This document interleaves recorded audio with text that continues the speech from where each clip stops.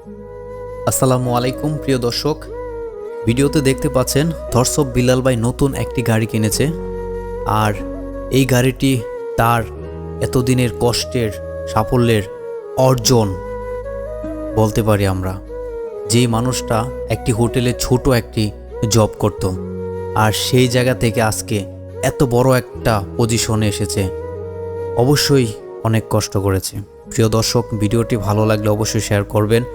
আর বিল্লাল ভাইয়ের যারা fan follower আছেন অবশ্যই কমেন্টে জানিয়ে যাবেন, এবং কে কে বিল্লাল ভাইকে পছন্দ করেন এবং বিল্লাল ভাইয়ের এই সাফল্যতাকে পছন্দ করেন অবশ্যই ভিডিওতে কমেন্ট করে জানিয়ে যাবেন।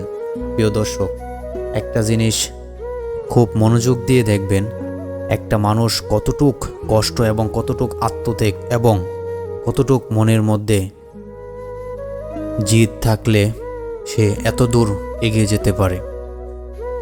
যেই মানুষটা একটা ছোট্ট জব করত, কিন্তু সেই জায়গা থেকে সে বিজনেস না হোক, কিন্তু তার ভিতরে যে আগুন ছিল সেই আগুনটাকে সে প্রকাশ করেছে কন্টেন্টের মাধ্যমে, আর সে আজকে অনেক দূর এগিয়ে এসেছে।